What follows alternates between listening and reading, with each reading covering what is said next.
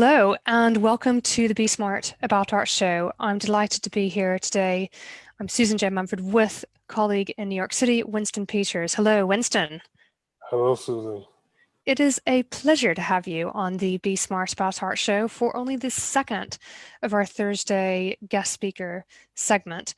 And Winston and I have known each other for I think 5 and a bit years now as colleagues in crime, supporting people in the creative industry. I love what Winston has on his Instagram profile. At the moment, you might be watching this in months to come, and maybe he will have updated that. But at the moment, it says connecting dots between culture and commerce. And that is definitely the case of Winston in terms of supporting businesses and doing work both as a consultant and as an educator as well. So what we're doing today is addressing the topic of the art world and the art business. What's the difference between those things? Why does that matter? And then thinking about how we can apply some examples and bearing in mind how the world seemingly normally goes and how we're maybe understanding and applying those understandings to the current crisis with COVID-19. So firstly, Winston, before anything else, tell us please a bit about who you are, what you've been doing, how you support people, the magic that you provide creative and other businesses.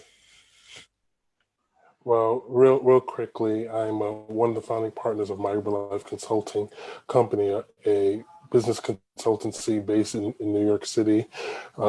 We help small businesses, we help brands, help business and brands grow. We offer them business and creative solutions to help them keep on educational service with our Wolf University, providing knowledge outside the classroom to creatives, students, and entrepreneurs. Again, helping them sustain their creative endeavor.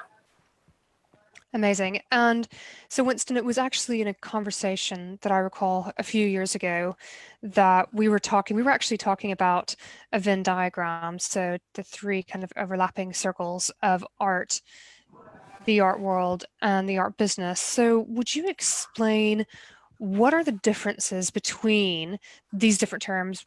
What are some real life examples and why does it matter anyway? Well, a lot of people just use the term just the art world to really think about business and as well as the networking side of the art ecosystem. But for me, you have to separate the art world and the art business. The art business is about commerce. The art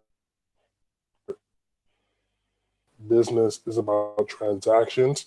The art business for your non-for-profit or whatever is more so about connections. The art world is about being in the right rooms, knowing the right people, going to the right events. Is all about networking and how do you grow your network. Right. So the art world is all about the relationships that we have with people, and the art business is like, as you were saying, it's about transacting. And I mean, that distinction is always important. Would you explain how that understanding and how can help somebody in their day-to-day life?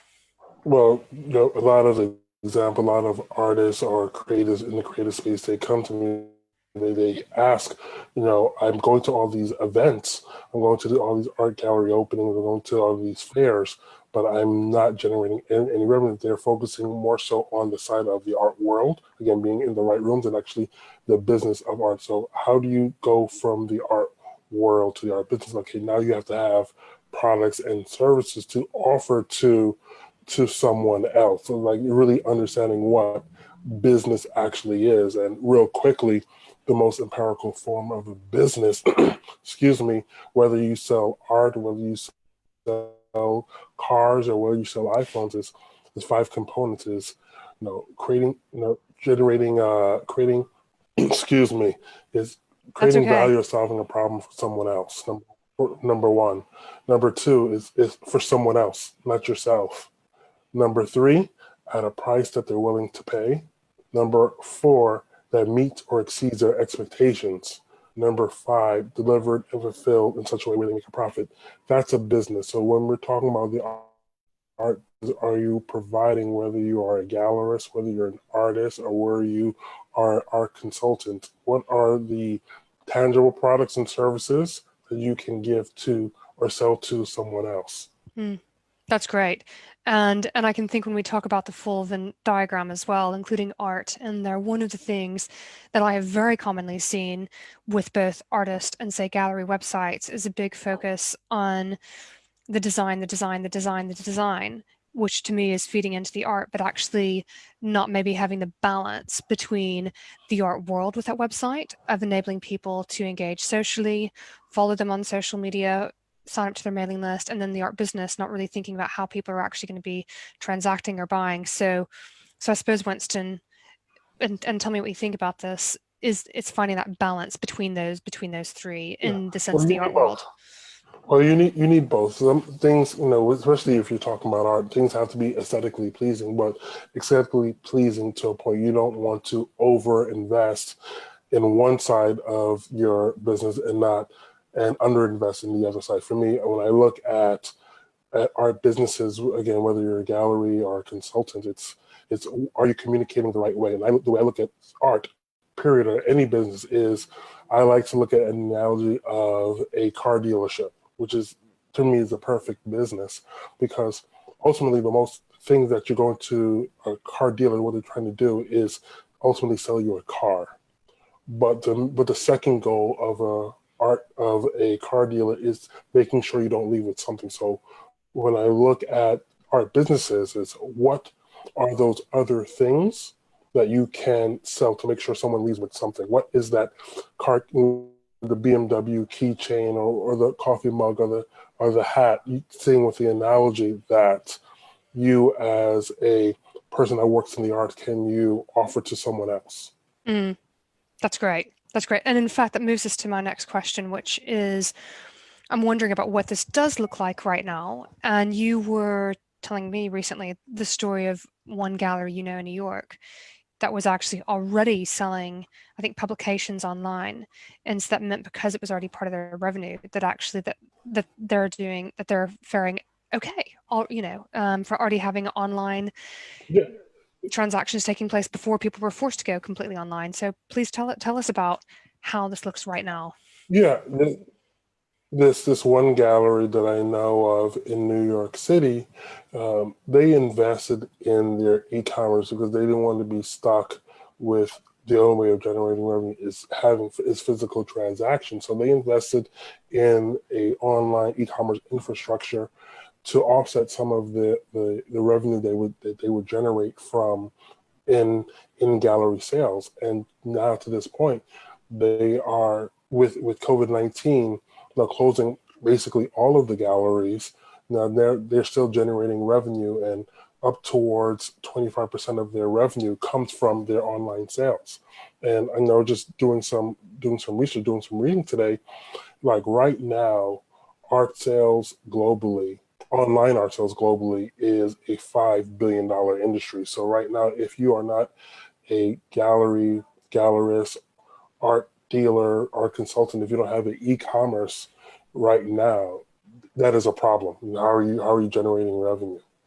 Right. And one thing that I have found interesting is what some of the galleries are doing is opening, say, online viewing rooms, having different ways of showing art, and lots of galleries and artists working together on artists giving video tours of their studios, which is such a great idea. Um, what about then, Winston? I always like to tackle some of the, I guess, obstacles that might be getting the things that are getting in the way of people moving forward.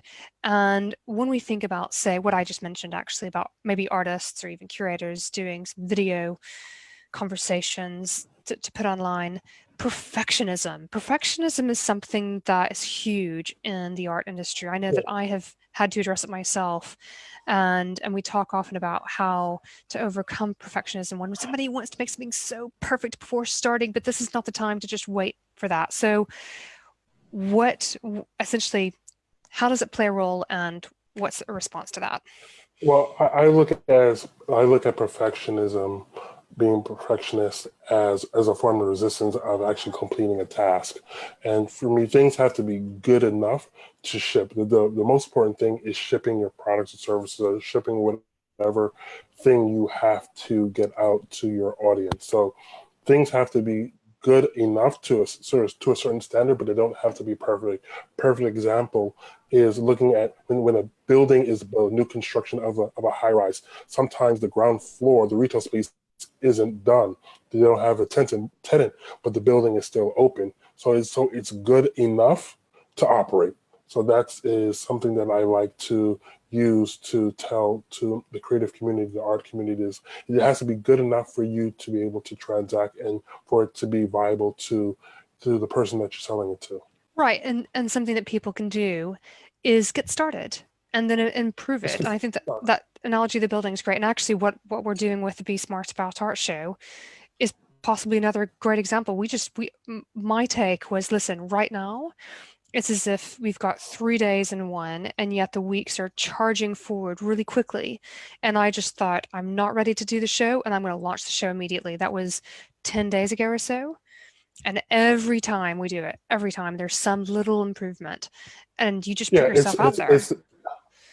it's the Japanese idea of kaizen, always tinkering. Like once you get out there, you can tinker to make it good enough and to make it the best as possible. But fighting for perfection is basically fighting for failure. And I guess being in the now as well, which brings me to the next question, which is how, Winston, from your perspective, you've worked with many different clients, individuals over the years, from ranging from individual artists up to large companies. So, how can people essentially remain calm during this time, as well as other times in the future when maybe there's something even going on in their personal life? Like, what are some suggestions you have for people? I think right now we're in a lot of uncertainty and this very crazy time with COVID-19. I think some things that are helpful is to self check in to see where you are. I know everyone feels anxious and maybe a little bit neurotic or very nervous or what's of the uncertainty of the future. But sometimes you just need to take a pause and check in with yourself and give yourself some self care before you tackle whatever you have to tackle. Like when you're in an airplane, they tell you to put on your face mask first before you help someone else. So you have to take care of yourself before you can take care of others and do what you need to do. That's great. That's a fantastic analogy. There are a few things that have come up that are in the original blog series that we did with Be Smart About Art, perfectionism, and then that whole face mask. That what you do is yeah, you look after you, because let's think about, say, the fact that Be Smart About Art is supporting people just like you do in the art industry. You've got people who are in professional collaborations together. And I'm just thinking about how people want to bring their full selves to those collaborations, right? To be honest and to look after themselves. Sometimes people Yeah, might not be able to deliver or what have you. Winston, if there is one thing that you'd like to leave yeah. with people, considering what you've covered, to take away into the weeks, months, and years to come, what is that nugget of advice? The one nugget of advice, and I definitely thought about that is if you have one revenue stream, you basically have no revenue streams. So it's diversifying the way you generate revenue so that you can sustain uh, these these natural occurrences, these pandemics that might occur. Mm, that's great. Yeah, and 100% agreed. And Winston, how can people keep up to date with what you're doing? How can they follow you and your business online in the, again, Well, weeks, months, and years to come? well, I'm on LinkedIn, Instagram, and Facebook. My name on LinkedIn is Winston Peters. You can find me very easily. You can also find me on Instagram and Facebook is WinceP underscore WINCEP underscore OFMUL. That's fantastic. And I love that you started with LinkedIn as well. LinkedIn is a platform that I'm sure, Winston, knowing both of us, will both agree that people in the creative industries are not using enough. Yes. So it shows that we're professional, right? I mean, it's a touch point that has value. So why not use it? So that's maybe another good action point for people. Winston, thank you so much. And I for sure look forward to watching you and continuing to support each other in the months and years to come. And everyone at Be Smart About Art who is watching this, please do follow Winston, because he shares many nuggets of advice for business and the art world for that matter on his Instagram feed. So that brings us to a close for today's Be Smart About Art show. What I'll say to people listening is that those of you who are members, that we have got the member masterclass with Winston as our special guest speaker there starting immediately after this. So please go hop into that link that has been shared into the Patreon tier for members. That's patreon.com/be smart about art. And if you're not yet a member, if you're not part of the community, our theme this year is, well, ever since this whole crisis has come off, is to keep it simple and supportive. And so we've got our one membership community, and we're being simple with that, and we're being supportive. So hop on. We look forward to hearing more from Winston over in the masterclass. And apart from that, it's been a pleasure to have you. Thank you very much, Winston. And Likewise. Likewise. there's more to come with sessions in the future. Here we go.